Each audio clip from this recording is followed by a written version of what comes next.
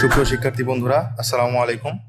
আমরা আজকে উচ্চতর গণিত তোমাদের হচ্ছে যে প্রথম যে চ্যাপ্টারটা আছে ফাংশন এবং হচ্ছে সেট নিয়ে যে অধ্যায়টা, এই অধ্যায়ের যে দ্বিতীয় পোর্শন অর্থাৎ ফাংশন 1.2 এইটুকু পোর্শন নিয়ে আমরা আজকে আমাদের আলোচনা শুরু করব এবং অনওয়ার্ডস হচ্ছে এটা নিয়ে আমাদের আলোচনা থাকবে আর কি।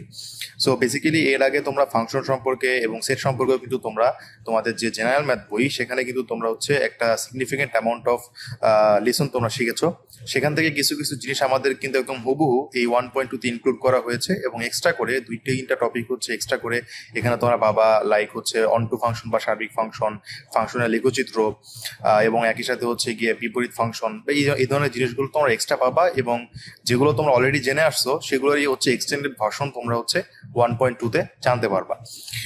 তো আমি তোমাদের সাথে আছি মোহাম্মদ আসাদুজ্জামান শান্ত। চলো আমাদের ফাংশন নিয়ে আলোচনা শুরু করা যাক। সো বেসিক্যালি আমরা ফাংশন সম্পর্কে জানার আগে একটা রিয়েল লাইফ এক্সাম্পল দিয়ে আমরা ফাংশনটাকে একটু বোঝার চেষ্টা করি যে এখানে আসলে কি বোঝাচ্ছে। তো তোমরা জানো আমরা সেটের ক্ষেত্রে কিন্তু ভেনচিত্র নামে একটা জিনিস আছে, সেই জিনিসটা সম্পর্কে আমরা অনেক বেশি ডিটেলসে আমরা আলোচনা করেছি জেনারেল ম্যাথে বা আমাদের হায়ার ম্যাথের যে সেট পার্টটা সেখানেও কিন্তু আমরা ভেনচিত্র নিয়ে অনেক বিস্তর আলোচনা করা আছে। তো এক্ষেত্রে আমরা দেখতে পাচ্ছি যে এখানে একটা সেট আছে, যে সেটটা হচ্ছে ছেলেদের সেট, অর্থাৎ যে বয়েজ থাকবে বা তোমার বাচ্চা যারা থাকবে তাদের সেট, আর বাবার সেট হচ্ছে এখানে। তার মানে আমরা এখানে যে জিনিসটা বোঝাতে যাচ্ছি সেই জিনিসটা হচ্ছে আমাদের এখানে দেখো অনেকগুলা ছেলে তাদের হচ্ছে নামের একটা সেট আছে, আর এখানে অনেকগুলো বাবা তাদের নামের সেট আছে, ঠিক আছে। এখন এখানে যেটা বলছে প্রথমত আমাদেরকে, আচ্ছা এই এই যে এখানে যে আমাদেরকে একটা দেখতে পাচ্ছি যে এই সেট থেকে ছেলেদের যে সেটটা ধরলাম আমি, সেই সেটটার নাম হচ্ছে এ সেট এবং বাবার যে সেটটা সেটাকে আমরা ধরলাম হচ্ছে বি সেট। তাহলে এই যে ছেলেদের সেট এ এবং বাবার সেট বি, এই দুইটা সেটের মাঝখানে কিন্তু একটা সম্পর্ক আছে, তাই না? তো এই সম্পর্কটাকে কি বলা হয়? উপরের সম্পর্কটাকে বলা হয় হচ্ছে কি ছেলের বাবা সম্পর্ক, বা ছেলে থেকে বাবার ভিতরে একটা সম্পর্ক যেটা থাকে সেই সম্পর্ক দ্বারা ডিফাইন করতে পারি যে ফাদার সান সম্পর্ক বা রিলেশন। তাহলে আমরা যে রিলেশন সম্পর্কে যে দেখেছিলাম যে অন্যয় কি জিনিস, অন্যয় হচ্ছে এমন একটা জিনিস যেখানে আমরা দুইটা সেটের মাঝখানে তারা একটার সাথে কিভাবে কানেক্টেড সেই সম্পর্কটা আমরা জানতে পারি। সো এবারে আমরা হচ্ছে গিয়ে এখানে আসলে তাহলে একটা সকল সম্পর্ক কি ফাংশন হবে কিনা এই জিনিসটা একটা দেখার বিষয়। যেখানে যেটা বলা হলো যে এক ছেলের কখনো দুই বাবা থাকতে পারবে না, আবার এক বাবার দুই বা তার বেশি ছেলে থাকতে পারবে। তাহলে সেক্ষেত্রে চিন্তা করো যে একটা ছেলের কখনো দুই বাবা থাকতে পারবে না, আবার একটা জিনিস হইতে পারে এরকম যে একটা ছেলে তার বাবা নাই, এরকমও কিন্তু হইতে পারবে না। আসলে দেখো এখানে দেখো ইবনে রহিম এর বাবা হচ্ছে রহিম, তারপর ইবনে করিম এর বাবাও কিন্তু হচ্ছে করিম, ইবনে শাকিল এর বাবাও কিন্তু হচ্ছে শাকিল। তাহলে দেখো একটা ছেলে তার কিন্তু একটাই মাত্র বাবা আছে, তাই না? একটা ছেলে কিন্তু দুইটা বাবা কখনো থাকতে পারবে না, একটা ছেলের কখনো দুইটা বাবা থাকতে পারবে না। আবার উল্টাটা প্রযোজ্য কিন্তু, যে একটা ছেলের কিন্তু দুইটা দুইটা একটা বাবার কিন্তু দুইটা ছেলে থাকতে পারবে। আমি আবারও বলতেছি, একটা ছেলের কখনো দুইটা বাবা থাকতে পারবে না, বাট একটা বাবার দুই বা তার থেকে বেশি ছেলে থাকতে পারবে। এটা হচ্ছে ভ্যালিডিটি। তার মানে তুমি যদি এখানে একটা এক্স নাও, এখানে যদি একটা ওয়াই নাও, তাহলে কি হচ্ছে কথাটা বলতো, যে তুমি একটা মাত্র এক্স এর জন্য একটাই ওয়াই পাবা। তার মানে এক্স এর সাথে একটা ওয়াই রিলেটেড থাকবে, কিন্তু তোমার ওয়াই এর সাথে কিন্তু একাধিক এক্স রিলেটেড থাকতে পারে, এটা কোনো সমস্যা নাই। তাহলে ফাংশন হওয়ার জন্য প্রযোজ্য কি? ফাংশন হওয়ার জন্য প্রযোজ্য হচ্ছে এক্স এর জন্য কেবলমাত্র একটা ওয়াই থাকবে, বা একটা এক্স এর জন্য কেবলমাত্র একটা ওয়াই থাকবে, বাট তোমার হচ্ছে গিয়ে একটা ওয়াই এর জন্য একাধিক এক্স থাকতে পারে। এই ধরনের জিনিসগুলো আমরা কিছুক্ষণ পরে আরো বেশি ক্লিয়ার হবে। বাট আপাতত আমরা এই জিনিসটাই জানলাম যে আমাদের একটা ছেলের কখনো দুই বাবা থাকতে পারবে না, অথবা একটা এক্স এর জন্য কখনো একাধিক ওয়াই থাকতে পারবে না। আবার একটা বাবার জন্য দুই বা তার থেকে বেশি ছেলে থাকতে পারবে, বা আমরা যদি ম্যাথের ক্ষেত্রে চিন্তা করি তাহলে একটা ওয়াই এর জন্য একাধিক এক্স থাকতে পারবে, ঠিক আছে।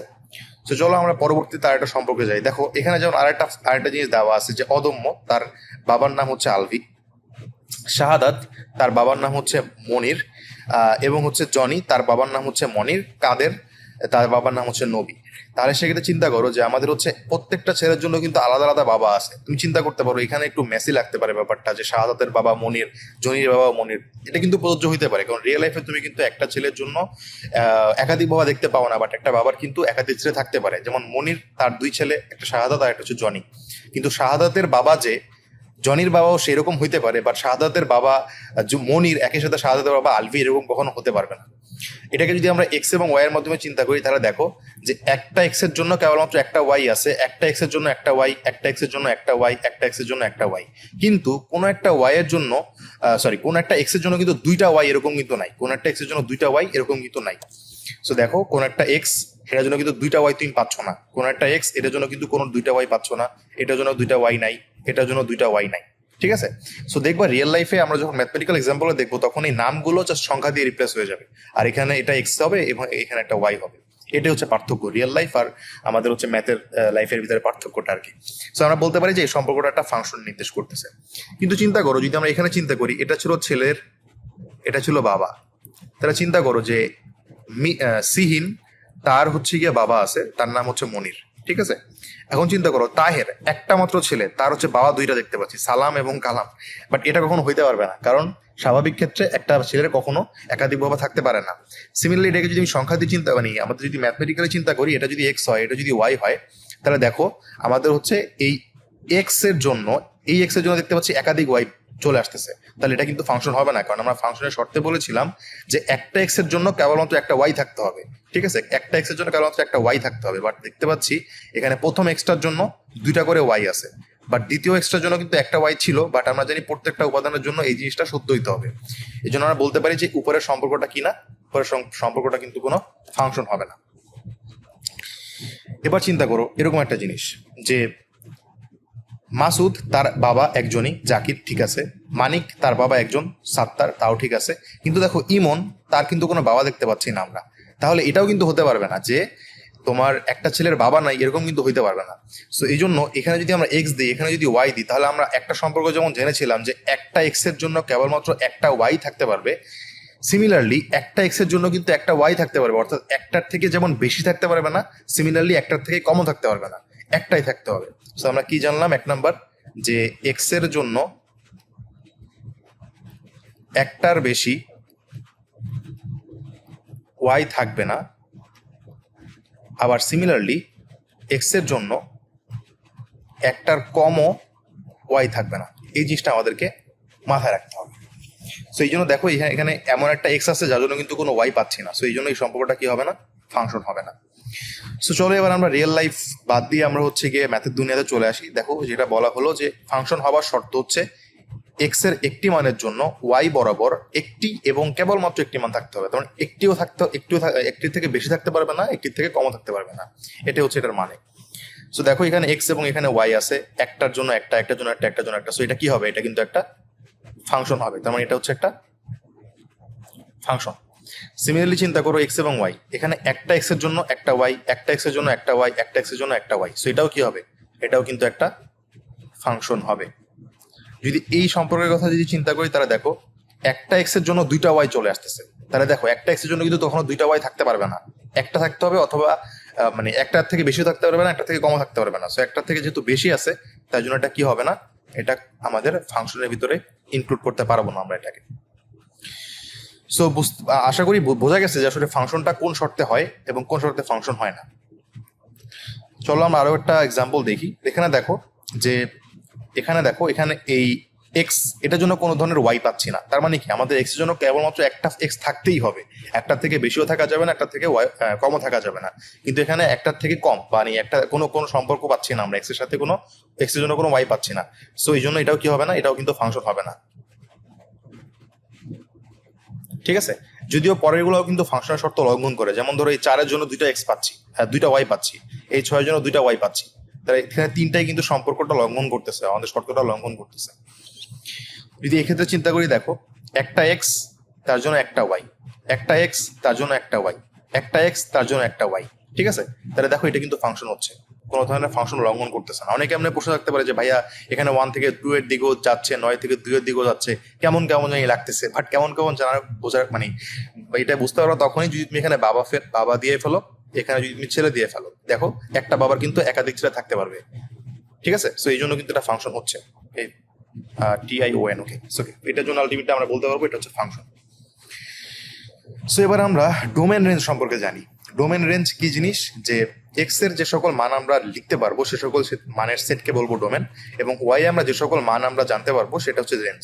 তাহলে তোমাকে যদি বলা হয় y equal to say function of x, তাহলে এখানে আমরা এক্স এর মান যা যা পাবো সেটাকে বলা হবে হচ্ছে ডোমেন। এবং এখানে এক্স এর মানগুলো বসানোর পরে ওয়াই এর যে ধরনের মানগুলো পাবো সেই সবগুলো মানের সেটকে বলা হবে রেঞ্জ। এখানে আরেকটা জিনিস ইম্পর্টেন্ট, এখানে একটা জিনিস তোমাদেরকে জানতে হবে, সেটা হচ্ছে কোডোমেন। কোডোমেনটা কি জিনিস, কোডোমেনটা হচ্ছে যে তুমি তুমি এখনো ফাংশনের মান জানো না, ফাংশনের ওয়াই এর মান আলটিমেটলি হচ্ছে কি কি পাইছো সেটা তোমার কাছে জানা নাই, কিন্তু তুমি জানলা যে তোমাকে বলে দিল যে ভাই তুমি ফাংশনের মান এখানে এক্স এর মান যা যা তুমি বসাবা সেই কারণে ওয়াই এর যে ভ্যালুগুলো পাবা সেগুলো তোমার রিয়েল নাম্বার হইতে পারে, তোমাকে বলে দিল যে ফাংশনের মানটা রিয়েল নাম্বার হইতে পারে। তাহলে কোডোমেইন হচ্ছে এমন একটা সেট যে সেটটা হচ্ছে কি রেঞ্জ সম্পর্কে ভবিষ্যৎবাণী করে। কি বললাম? কোডোমেইন হচ্ছে এমন একটা সেট যে রেঞ্জ সম্পর্কে ভবিষ্যৎবাণী করে। আর আমরা ডোমেইনের মানগুলো এক্স এ বসানোর পরে ওয়াই এর যে মানগুলো পাই সেগুলোর সেটকে আমরা বলি রেঞ্জ। বোঝা গেল ব্যাপারটা? সো কোডোমেইন এবং রেঞ্জ সম্পর্কে আমি আইডিয়াটা ক্লিয়ার করে দিলাম। এখন দেখো এখানে যেটা বলছে এই অন্যয়টার জন্য ডোমেইন এবং রেঞ্জ নির্ণয় করতে বলছে। সো আমরা যে ডোমেইনে হচ্ছে এক্স এর জিনিসগুলো হয়, সো ডোমেইন এক্স এর জিনিসগুলো দেখো 2, 2, 3 এবং 4 আছে। তাহলে সেক্ষেত্রে এখান থেকে আমরা ডোমেইন কি লিখতে পারবো? ডোমেইনটা হবে হচ্ছে ডোমেইনটা যেহেতু একটা সেট তাই আমাদের সেকেন্ড ব্র্যাকেট ইউজ করতে হবে। 2, 3, 4 হচ্ছে ডোমেইনের সেট। আর আমাদেরকে যদি রেঞ্জ বের করতে হয় রেঞ্জটা কি হবে? রেঞ্জটা হচ্ছে তোমার 1, 2, 2, 5। সো 1, 2 and 5 হচ্ছে কি আমাদের রেঞ্জ। এই হচ্ছে অবস্থা। তো দেখো এখানে যেটা বলছে পরবর্তীতে a ইকুয়াল টু 0, 1, 2, 3 এবং আর এর মান হচ্ছে এই জিনিসটা দেওয়া আছে। তাহলে এখানে দেখো আমাদের a এর ভ্যালু কি হইতে পারবে? a এর ভ্যালু হচ্ছে আমাদের 0, 1, 2 এবং 3। এটা হচ্ছে a এর ভ্যালুগুলো। এখন দেখো এক্সটা বলছে a থেকে নিতে পারবো এবং ওয়াইটা বলছে a এর সদস্য এবং তারা এটার মাধ্যমে কানেক্টেড। তাহলে চিন্তা করো ওয়াই ইকুয়াল টু যদি এক্স প্লাস 1 হয়, আমরা এক্স এর ভ্যালু প্রথমত যদি 0 বসাই তাহলে আমরা ওয়াই এর ভ্যালু পাচ্ছি কত বলতো? 0 আর 1 1। এক্স এর ভ্যালু যদি আমরা 1 বসাই তাহলে ওয়াই এর ভ্যালু পাচ্ছি 2। এক্স এর ভ্যালু যদি আমরা 2 বসাই তাহলে ওয়াই এর ভ্যালু পাচ্ছি 3। এক্স এর ভ্যালু যদি আমরা 3 বসাই তাহলে ওয়াই এর ভ্যালু পাচ্ছি 4। চিন্তা করো এখান থেকে আমরা যে পয়েন্টগুলো পাচ্ছি 0, 1, 1, 2, 2, 3, 3, 4 এই পয়েন্টগুলো কিন্তু আমরা পাচ্ছি। তাহলে দেখো এক্স এর সবগুলো মানই কিন্তু এ এর ভিতরে আছে কিন্তু ওয়াই এর সবগুলো মান কিন্তু এর ভিতরে নাই। দেখো এই 1, 2, 3 কিন্তু এর ভিতরে ছিল, বাট এই 4টা কিন্তু ওয়াই এর ভিতরে নাই, এর ভিতরে নাই। সো এটা আমরা নিতে পারবো না। সো আমরা বলতে পারি যে আমাদের ডোমেইন হচ্ছে কোনগুলো? ডোমেইন হচ্ছে 0, 1, 2 আর রেঞ্জ হচ্ছে কোনগুলো? রেঞ্জ হচ্ছে তোমার 1, 2, 3। এটা হচ্ছে কি আমাদের এই রেজাল্টের মানে এই ম্যাটটার উত্তর আর কি। সো এটা আসলে আমি টাইপ করে দিতে পারতাম, বাট আসলে প্রকৃতপক্ষে এই জিনিসগুলো মুখে মুখে করা যায় বলে আমি হচ্ছে এখানে টাইপ করলাম না এই ব্যাপারটা। সো এটা একটু তোমাদেরকে বুঝে নিতে হবে। এবার আমরা যেটা দেখবো সেটা হচ্ছে ইনভার্স ফাংশন বা বিপরীত ফাংশন কি জিনিস। সো দেখো এখানে আমরা তিনটা ভেঞ্চুর দেখতে পাচ্ছি এ বি। এখানে দেখো এটা থেকে একটা, এখান থেকে একটা, এখান থেকে একটা। সো এখানে প্রত্যেকটাই কিন্তু এক্স এর সাথে একটা করে সদস্য পাচ্ছি এবং দেখো বি যে সেটটা সেখানে একটা এলিমেন্ট আছে যার জন্য কোনো এক্স পাচ্ছি না। রিয়েল লাইফ এক্সাম্পল থেকে যদি চিন্তা করো, এটাকে যদি আমরা বাবা ধরি, এটাকে যদি আমরা ছেলে ধরি, তাহলে চিন্তা করো একটা বাবা তার ছেলে নাই থাকতে পারে, এটা কোনো আহামরি ব্যাপার না, তাই না? একটা বাবার কোনো ছেলে নাই থাকতে পারে। সো এটা কিন্তু একটা সেট হবে। সিমিলারলি আবার চিন্তা করো এখানেও কিন্তু এটাও কিন্তু সেট, কারণ দেখো এখানে এক্স এর জন্য একটা, এক্স এর জন্য একটা, এক্স এর জন্য একটা, এক্স এর জন্য একটা, এক্স এর জন্য একটা, এক্স এর জন্য একটা। সো এই তিনটাই কিন্তু সেট ছিল, তাই না? এখন চিন্তা করি এখানে একটা বিপরীত ফাংশনের একটা সংজ্ঞা আমরা শিখতেছি যে মনে করি একটা ফাংশন যেটা কিনা এ থেকে বি তে ডিফাইন, এটা হচ্ছে এক এক এবং সার্বিক ফাংশন। একটি ফাংশন জি যেটা হচ্ছে বি থেকে এ তে বর্ণিত। তার মানে দেখো আমরা যদি এই বি থেকে এ থেকে বি এর সম্পর্কটাকে যদি আমরা ঘুরায় দিই, অর্থাৎ এটাকে যদি হচ্ছে বিটাকে এ এর জায়গায় লিখি, এটাকে যদি বি এর জায়গায় লিখি, তাহলে যে সম্পর্কটা পাবো এটাকে বলবো হচ্ছে বিপরীত অন্বয়। সো এই বিপরীত অন্বয়টা যদি ফাংশন হয় তাহলে সেই ফাংশনটাকে বলবো হচ্ছে আমরা বিপরীত ফাংশন। যেমন ধরো এখানে বলা হলো জি হচ্ছে এমন একটা ফাংশন যেটা হচ্ছে বি থেকে এ তে ডিফাইন, বি থেকে এ তে ডিফাইন, যেখানে প্রত্যেকটা বি এলিমেন্টটা বি সেটের সদস্য, যে জিবি ইকুয়াল টু এ হয়। তাহলে সেক্ষেত্রে দেখো আমরা তখনই ফাংশনটাকে বিপরীত ফাংশন বলবো যখন এর উপাদানগুলো যখন একটা একটার বিপরীত হয়ে যাবে, অর্থাৎ এই বিটা যখন এ এর জায়গা দখল করবে এবং এটা যখন বি এর জায়গা দখল করবে। এটা হচ্ছে আমাদের বিপরীত ফাংশনের শর্ত এবং যেটাকে লেখা হয় এফ ইনভার্স দিয়ে আর কি। সো আশা করি আমরা এই জিনিসটা বুঝতে পারছি।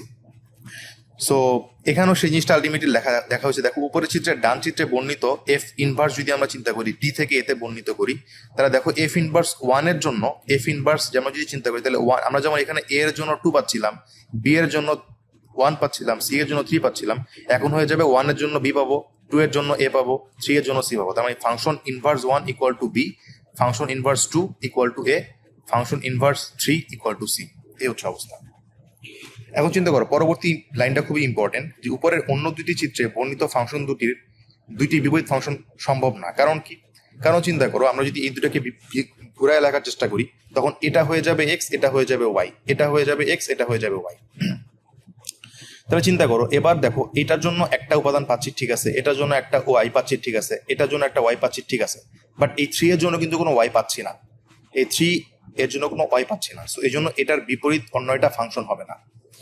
আবার চিন্তা করো, এই ক্ষেত্রে এটা একটা এক্স এর জন্য একটা ওয়াই পাচ্ছি, বাট একটা এক্স এর জন্য আবার দুইটা ওয়াই পাচ্ছি, তাহলে এটাও কিন্তু ফাংশনের যে ক্রাইটেরিয়া সেটাকে কিন্তু লঙ্ঘন করতেছে, সো এই জন্য এই অন্য এটাও কিন্তু ফাংশন হবে না।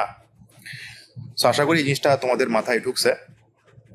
এবার জাস্ট কয়েকটা এক্সাম্পল আমরা দেখবো র্যান্ডমলি। এখানে দেখো m x equal to c বলছে একটা ফাংশন। সো ফাংশনের জন্য 2 এবং 4 এর প্রতিবিম্ব যথাক্রমে 7 ও -1, তাহলে নির্ণয় করো এম এবং সি এর মান। এফ এর অধীনে এফ এর 5 এর প্রতিবিম্ব নির্ণয় করো, এফ এর অধীনে 3 এর প্রাক প্রতিবিম্ব নির্ণয় করো।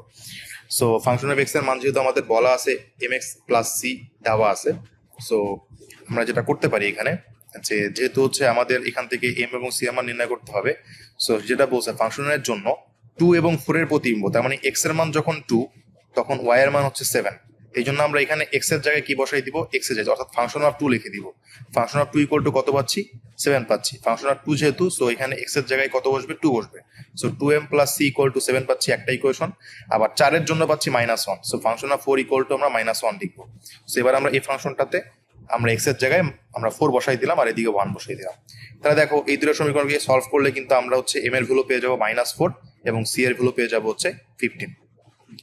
এবার খতে যেটা বলছে এফ এর অধীনে 5 এর প্রতিবিম্ব নির্ণয় করো, তার মানে এই ফাংশনে যদি এক্স এর মান 5 বসাই তাহলে কি হবে, তাহলে এক্স এর মান যদি 5 বসে, আমরা কিন্তু অলরেডি এম এবং সি এর মান জানি, সো এম এর মান -4 বসাইলাম, এক্স এর মান 5 বসাইলাম, সি এর মান 15 বসাইলাম, সবগুলোকে গুণযোগ করে আসতেছে -5।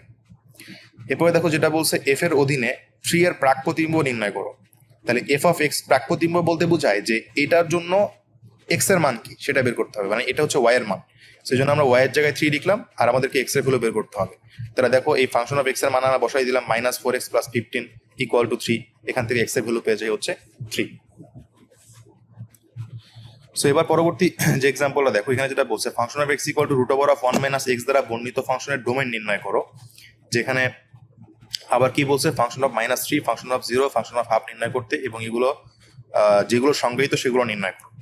আচ্ছা, তাহলে দেখো এটা তখনই ফাংশন হবে, দেখো যেটা বলছে এটা তখনই ফাংশন হবে যদি তোমার এই ভ্যালুটা সবসময় মানে কি হয়, বাস্তব হয়, তাই না? এখন চিন্তা করো তোমার কোনো কারণে এই √এর ভিতরে যদি মাইনাস চলে আসে, √এর ভিতরে যদি 0 আসে তাও কিন্তু তুমি মান পাবা, বাট √এর ভিতরে যদি তোমার মাইনাস চলে আসে তখন তুমি বাস্তব মান পাবা না। সেই জন্য আমরা এখানে লিখবো কি যে এক্স এর ভ্যালুটা তখনই প্রযোজ্য হবে যখনই আমরা এই যে 1 - x > = 0 হবে, এটা প্রযোজ্য হলেই হবে। তাহলে এখান থেকে মাইনাসটাকে ডান দিকে নিয়ে আসলে +x হয়ে যায়, আর এটাকে যদি উল্টা করে লিখি তাহলে x < 1। তার মানে আমাদের ডোমটা কেমন হবে, ডোমটা হবে সকল রিয়েল নাম্বার এবং একই সাথে কি হবে, রিয়েল নাম্বার যেগুলো হচ্ছে 1 এর সমান বা 1 এর থেকে ছোট সেগুলোর জন্য আমরা এই ফাংশনটাকে ভ্যালিড হিসেবে পাবো। চিন্তা করো ফাংশন অফ -3 এর জন্য কেমন আসতেছে, 2 আসতেছে, ফাংশন অফ 0 এর জন্য 1 আসতেছে, ফাংশন অফ 1/2 এর জন্য 1/√2 আসতেছে, ফাংশন অফ 1 এর জন্য 0 আসতেছে, বাট ফাংশন অফ যখন তুমি হচ্ছে 2 দিচ্ছ 1 - 2, সেটা হয়ে যাচ্ছে √1, বাট এটা কিন্তু কোনো ধরনের সংজ্ঞায়িত ফাংশন না বা সংজ্ঞায়িত ভ্যালু না, সেই জন্য এটা আমরা দিতে পারবো না। তাহলে এফ অফ 2টা হচ্ছে সংজ্ঞায়িত হবে না, বা আমরা বলতে পারবো 2টা হচ্ছে ডোমের ভিতরে ইনক্লুডেড থাকবে না, যেটা কিন্তু আমরা এখান থেকে বলতে পারতেছি যে এক্স এর ভ্যালুটা অবশ্যই 1 এর সমান বা 1 থেকে ছোট হতে হবে, বাট এটা 2 কিন্তু 1 এর থেকে বড়। সো আশা করি আজকের লেকচারে তোমাদেরকে বোঝাতে পারছি। সো আমরা পরবর্তী দিন ওয়ান ফাংশন এবং হচ্ছে গিয়ে এই ধরনের আরো কিছু এক্সাম্পল আমরা দেখবো। সো আজকে ভিডিও এই পর্যন্তই, ধন্যবাদ সবাইকে।